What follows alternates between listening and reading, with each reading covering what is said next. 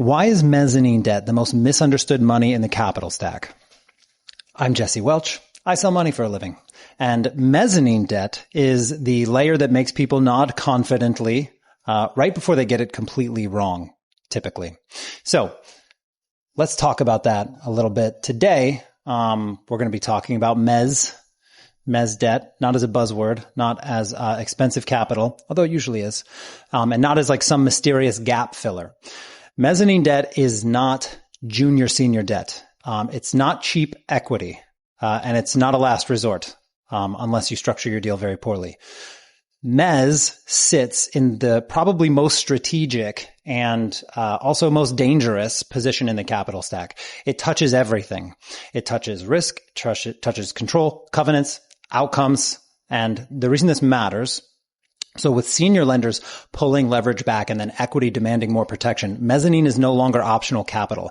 It's become structural capital these days at the time of this recording. In 5 years, who knows?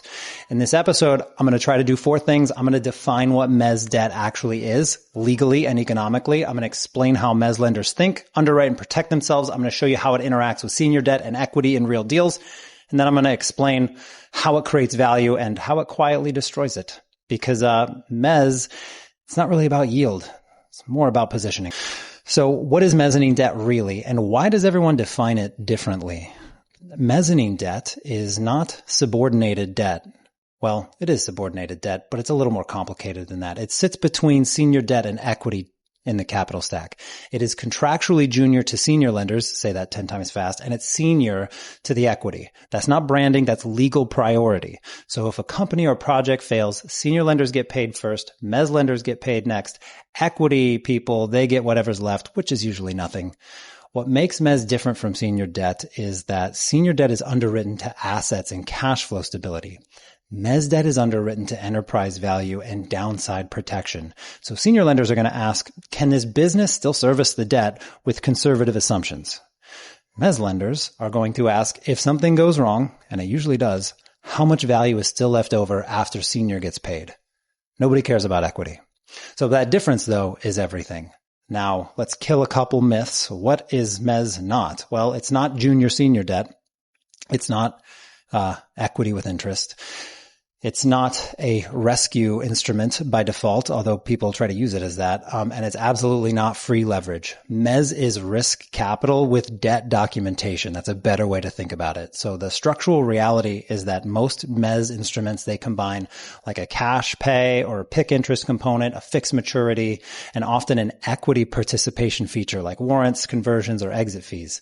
See, that equity kicker is not optional decoration. It compensates the lender for sitting in the blast radius. The reason it exists at all is because senior lenders, they cap leverage, especially today. Equity wants to limit dilution, and then deals still need to close. So mezz bridges that gap, but it does so by pricing the risk very honestly. So if a deal requires mezz just to survive the base case, that's not a mezz problem. That's a capital structure problem, actually. So if mezz lenders aren't betting on assets, what are they betting on? Well, the short answer is they're underwriting survivability, not perfection. See, mezz lenders assume that something will go wrong, and it always does. Their job is to get paid anyway. Mezz underwriting really starts where senior underwriting ends, right? Senior underwriters are looking at historical cash flow, they're looking at hard collateral, they're looking at conservative leverage, covenant protection, things like that. Mezz lenders assume all of that already exists. Then they ask, all right, so what happens after the senior lender enforces? So this is why mezz lending or mezz underwriting, I should say, is fundamentally second order thinking. They care about residual enterprise value. They care about recovery after a senior foreclosure or refinance. They care about time to value when things get messy. And then they want to know about who's controlling decisions when stress appears. Cash flow. That matters a lot. It's not the anchor. Yes, they look at cash flow, but it's not because they expect it to be smooth, right? They stress it like really aggressively.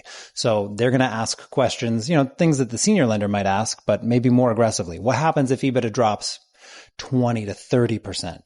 What if refinancing windows shut? What if cap rates blow out? What if senior lender pulls a default technicality? If the answer is, well, we'll figure it out, then your deal is dead. Enterprise value. That's the real collateral. Here's a really uncomfortable truth. Mezz is secured by value, not by stuff. They're underwriting business durability, market position, competitive moats, replacement costs, and then exit optionality. That's why you see Mezz show up a lot in PE buyouts, growth financings, transitional real estate, sponsor-led recaps. If there's no believable exit, Mezz won't touch it. Or they'll price it brutally. Or they'll try to steal your deal. I've seen that happen too. Also, control. That's like the hidden obsession that Mezz lenders, they want control. Not on day one. They want control optionality. It's going to show up in like intercreditor agreements, cure rights, standstill provisions, step-in rights, board observer seats, forced sale mechanics, change of control triggers, that kind of thing, which basically translates to they don't want to run the business, but they will if they have to, and they're probably ready to. So the reason pricing looks expensive, and it usually is, Mezz pricing is not arbitrary. It reflects these three pretty brutal realities, actually. So there's an asymmetric downside, right? You lose principal fast. Gains are capped unless there's an equity upside. Illiquidity. There is no easy secondary market for bespoke Mezz paper. There just isn't. Sorry, not sorry. And then timing risk. You might get paid late. You might get paid not at all, or only after a restructuring. And that's why Mezz, it prices at like low to mid teens cash plus a PIK, plus warrants or exit fees, plus structural protections. If someone offers cheap Mezz, read that document twice, then read it a third time so that you can figure out how they're trying to screw you. Now, what Mezz lenders fear most is not volatility. It's actually sponsor behavior. Mezz deals pretty well with volatility, quite frankly. They're looking for like overly aggressive projections. They're looking at thin equity checks, sponsors treating Mezz like it's temporary equity, or like no plan for refi timing, vague exit narratives, things like that. Mezz lenders, they don't finance optimism. No debt finances optimism. They finance discipline. So the Mezz mindset, if I could like throw it in one sentence, it would be, can I survive this deal if I'm wrong? That's what a good Mezz lender asks. A bad Mezz lender is going to say, how fast can I deploy this capital? You can probably guess which one's last. Where mezzanine sits and why the capital stack is a legal document, not a suggestion. I say this all the time. Everyone says that Mezz sits between senior debt and equity. Yeah, that's true. It's also wildly incomplete. Where Mezz sits is not philosophical. It's contractual, legal, and enforced when things go sideways. The capital stack is like an order of pain at a liquidation or default event. The rule's very simple. Someone gets paid first. Someone gets paid last. Everyone in between argues. And whoever's getting paid last is probably not getting paid. Sorry. Typical order is going to be senior structured debt, mezzanine debt, preferred equity, common equity. Mezz lives in that blast radius, right? By the way, those last two rarely get paid. It's not first in line. It's not last in line. But it is like close enough to feel everything. Now, structural subordination versus contractual subordination. This is important. This is where people get confused. It's where deals break. Structural subordination. So Mezz sits at a holding company level, right? Senior debt sits at the operating company or like the asset level. That basically translates to senior lender is going to have direct claims on assets. Mezz lender usually only has claims on equity interests in the borrower. Now, contractual subordination, slightly different. Mezz is legally subordinated via an intercreditor agreement, which means Mezz basically agrees not to enforce until senior is paid. Standstill periods apply, cure rights are limited and timed. They're both enforceable, both these subordinations. They both matter. Neither is like just market standard language. Also, you need to read every single intercreditor agreement that involves Mezz very, very finely, because they're all bespoke and they're all different. The intercreditor agreement, while we're on the topic, is the real Mezz deal. Like, forget everything else for a second. The intercreditor agreement governs who can enforce, when they can enforce, what happens in a default, who controls at restructuring, who can block a sale, who gets paid in a liquidation waterfall. If you don't understand the intercreditor, you don't understand Mezz. And you might not even understand your deal. So the intercreditor agreement is really where power lives, risk is allocated. Also, it's where lawsuits are born. Yeah, they don't come in on a stork. They come in on a intercreditor agreement, flies in and delivers them. Mezz is usually going to be secured by pledged equity interests, membership units, shares of the borrower, the holdco. And that really matters because they're not foreclosing on buildings or equipment, right? You're stepping into ownership, which means you inherit governance, you inherit problems, you inherit relationships. Mezz lenders, they don't necessarily want to own things. Sometimes they do. Be careful about those guys, but they prepare to. And the reason that Mezz behaves really differently under stress, right? In distress, Mezz has 3 options, all bad.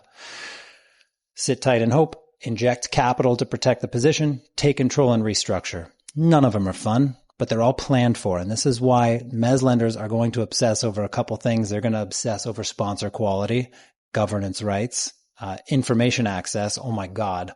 Refinance timing and exit control. They're not passive. They are patient predators. So equity and its relation to Mezz, they love it, right? Sponsors like it too. They like it until they don't. The reason that sponsors and equity likes Mezz is because it's non-dilutive, it fills leverage gaps, it boosts IRRs, and then it delays equity checks. Here's why sponsors hate Mezz. It really limits flexibility. It adds a lot more covenants, and then it creates a whole nother decision maker, and it shows up in a downturn also with lawyers. So you can kind of think of it like leverage with memory. Here's a hard truth. When times are good, Mezz looks like cheap capital. By the way, it never is. When times are bad, Mezz looks like a silent partner with teeth, with very, very sharp teeth. Those teeth, by the way, are in the documents. I'm going to say this again. Mezzanine debt is not expensive senior debt. It is strategic leverage. And if you use it wrong, it will end your deal. It'll probably end your career too. Let's get very clear about when Mezz works and when it's a mistake. Mezz works when the business is stable, not speculative. Mezz lenders are not betting on miracles. They're really underwriting predictability or unpredictability. So good Mezz candidates, let's go through some of the traits of these folks. Recurring or highly visible cash flows, low volatility businesses, proven unit economics, stable customer demand, limited binary risks. Binary risks are like you either win 100% or you lose 100%. Bad Mezz candidates are like turnarounds, pre-profit growth stories, businesses with regulatory cliffs, right? Which is binary. Anything where EBITDA, is late to the party. If the story relies on hope, story is very important when it comes to Mezz debt, right? Because they really need to understand it because they're thinking like, what happens if the shit hits the fan and I have to step in and take this over? Some of them are like, hell yeah, I hope shit hits the fan and I get to step in and take over and take all your stuff. Sometimes they're like, what happens? Like, I need to know, which is why the story is important, right? They need to understand what they might end up doing. If you're building a power plant or you are building a huge piece of technology and then you've got a Mezz lender who's going to come into your deal, like they need to know the worst case scenario is we end up taking this thing over. What am I going to do with that power plant? They're probably not like really well versed at running power plants. They need to feel like they can figure it out. And that's why the story is so important with a Mezz lender, because they're not just going to take the asset and chop it up and sell it off in a fire sale. They might end up taking the whole business.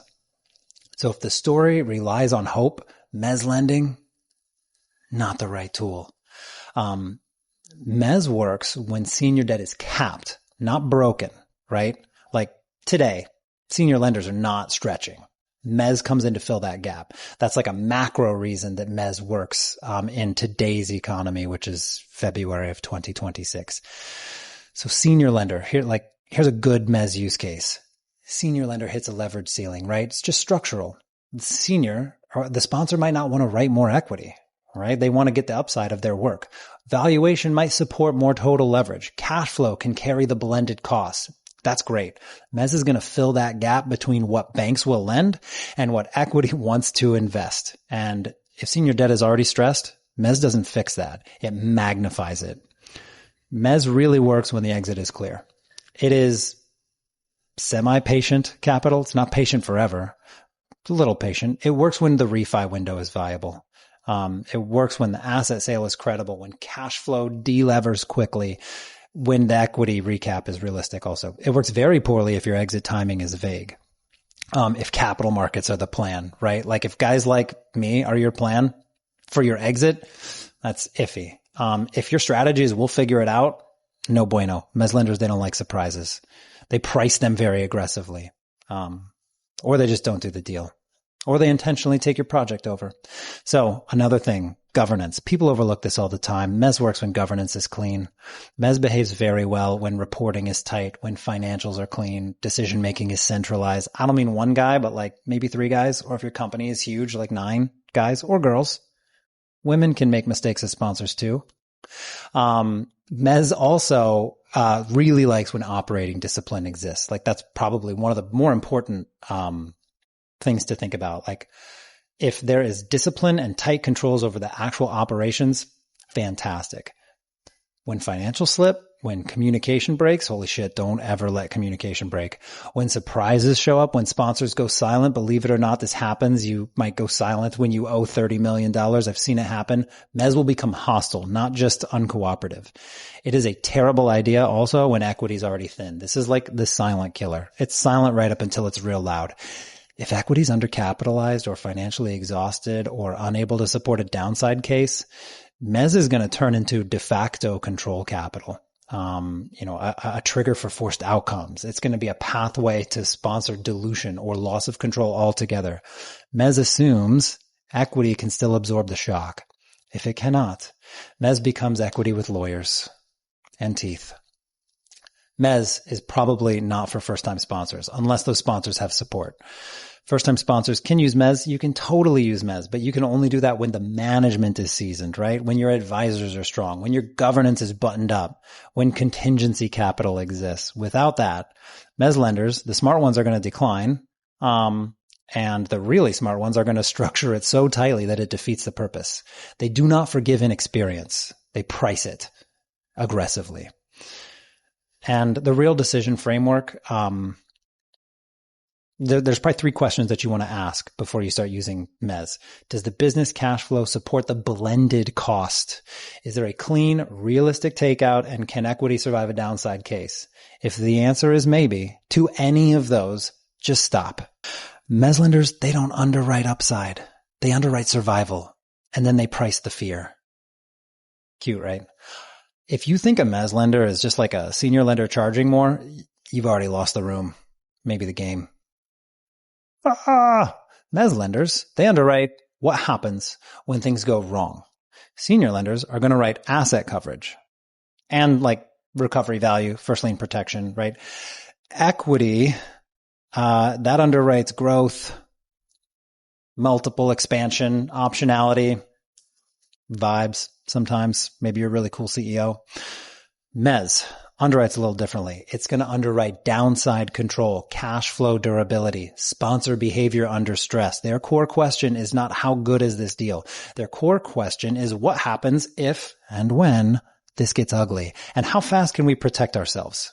And believe me, they will protect themselves so fast. It's wild. Hope you like court. Cash flow matters a lot more than EBITDA. This is where sponsors get tripped up. Mezz lenders, they care about free cash flow after CapEx. They care about cash leakage, seasonality, working capital swings, real interest coverage, not pro forma math. If EBITDA exists, but cash doesn't show up on time, Mezz lenders, they start sharpening their big feathery quill pens and their documents. Covenant structure. Actually, if you really think about it, that's like the real product for Mezz lenders. Pricing gets all the attention, but covenants are where the power lives. Mezz lenders, they focus on minimum liquidity. They focus on interest coverage tests, leverage step downs, cash sweep mechanics, change of control triggers. They don't expect perfection, right? That's why they exist. If it was perfect, senior lenders would come in at 80% and you'd be square. They expect early warning signals. If a sponsor treats covenants as just legal stuff, the sponsor is not Mezz ready. Believe me, I've seen some wild shit. Sponsor quality, by the way, is underwritten as hard as the business.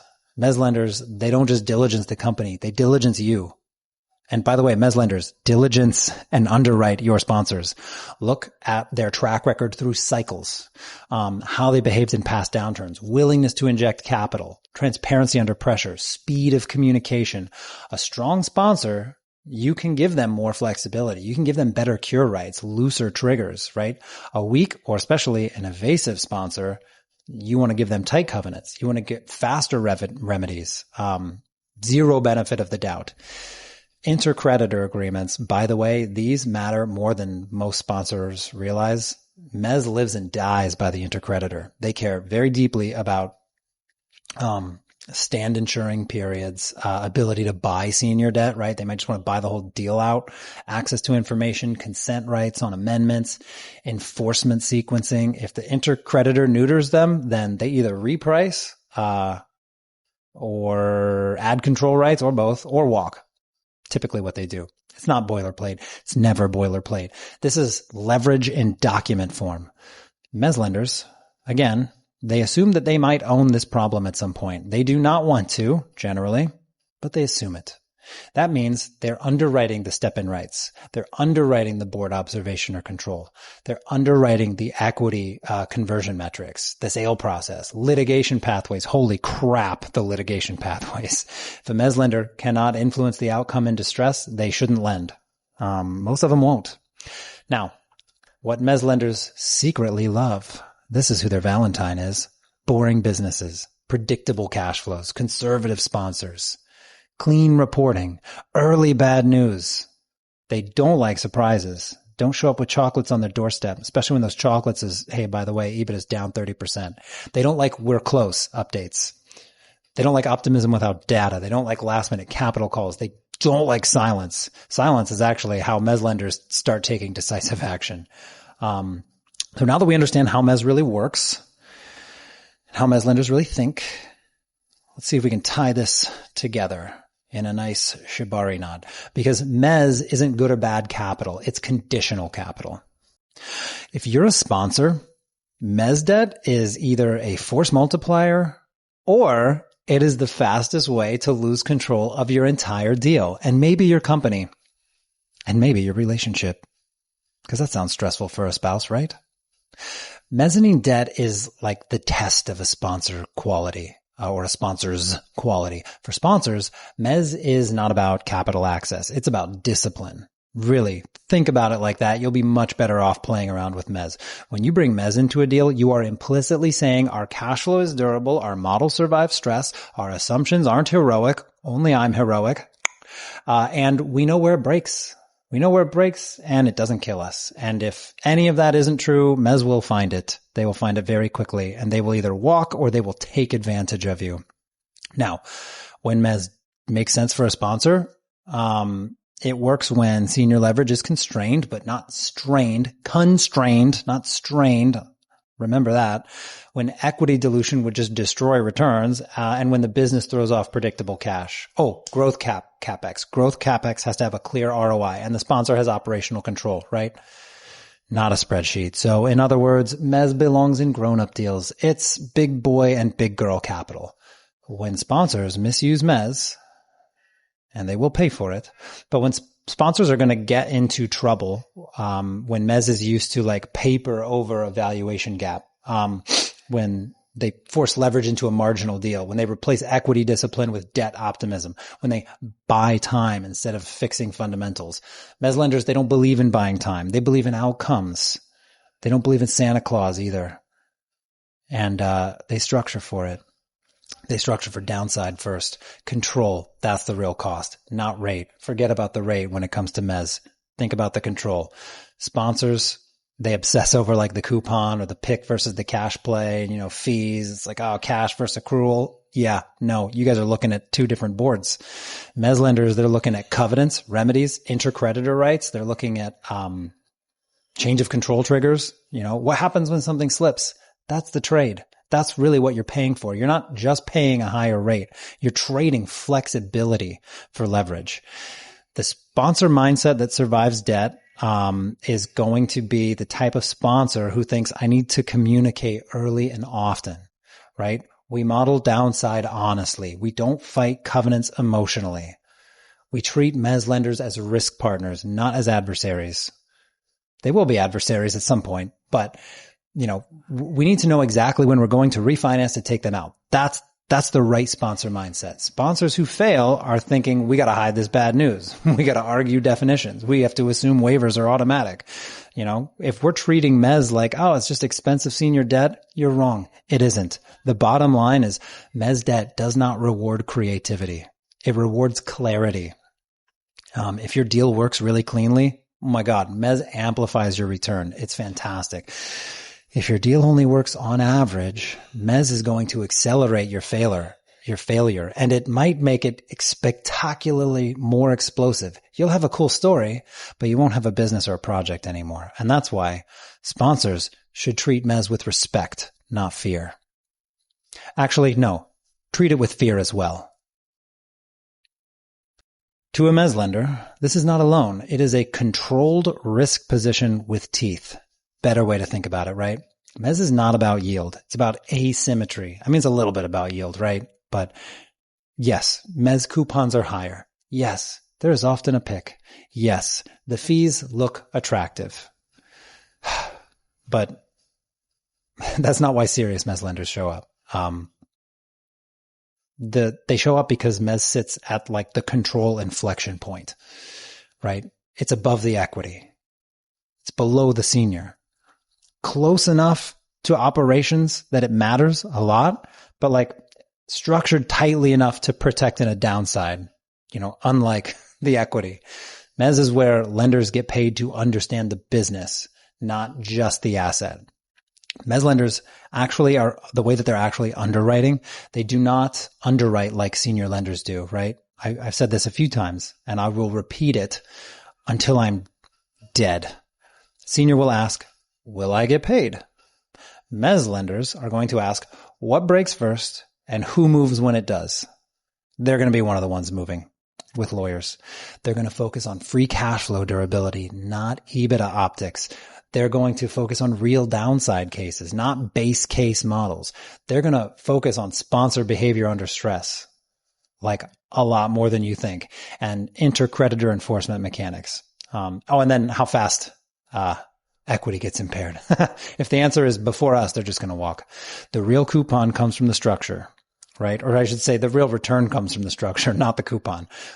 Most important parts of a Mezz deal are not the reminders that sponsors quote, really. They're like springing covenants, cash sweep triggers, cure rights and timelines, board observation or consent rights, call protection, and exit mechanics. Exit mechanics are really big. Mezz lenders, they don't need to own the business. They need to own the option to matter if things drift to the point where they might need to own the business or someone else needs to own the business. That option is everything. It seems like a really minor distinction, and it is until you're actually living it. There's a reason Mezz lenders obsess over intercreditor agreements. Intercreditor agreements decide reality. It's not the deck. It's not the model. It's not the management call. It is standstill periods, blockage rights, enforcement waterfalls, payment priority under stress, and what they can do before the equity is wiped.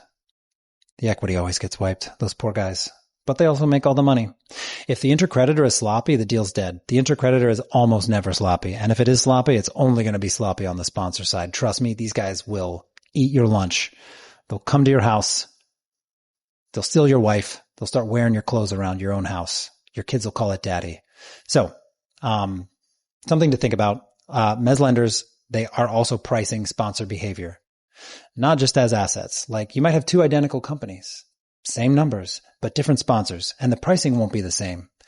And that is because there's a couple like not as obvious things that Mezz lenders are pricing. Transparency, track record, willing to de-risk early, communication quality, and whether the sponsor manages covenants or manages businesses, right?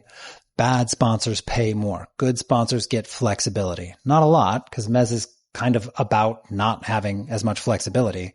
But what Mezz lenders are really afraid of, it's not volatility, it's denial. The worst Mezz outcomes, they come from sponsors hiding misses or messes, delayed reporting or no reporting, God forbid, and then temporary covenant breaches. Last minute equity injections also that don't fix structure. Ugh, no bueno. You're just throwing money away. Mezz lenders would rather restructure early than litigate late, if that makes sense. So build a good relationship with your Mezz lender. Bottom line, for Mezz lenders, Mezz lending, it's not passive credit. It's structured exposure. It's informed risk. It's controlled downside. It's earned yield. When it's done right, Mezz lenders, they don't chase returns, right? They engineer outcomes. Mezzanine debt exists because the world is messy. And capital stacks, they need a place for that mess to live. Really.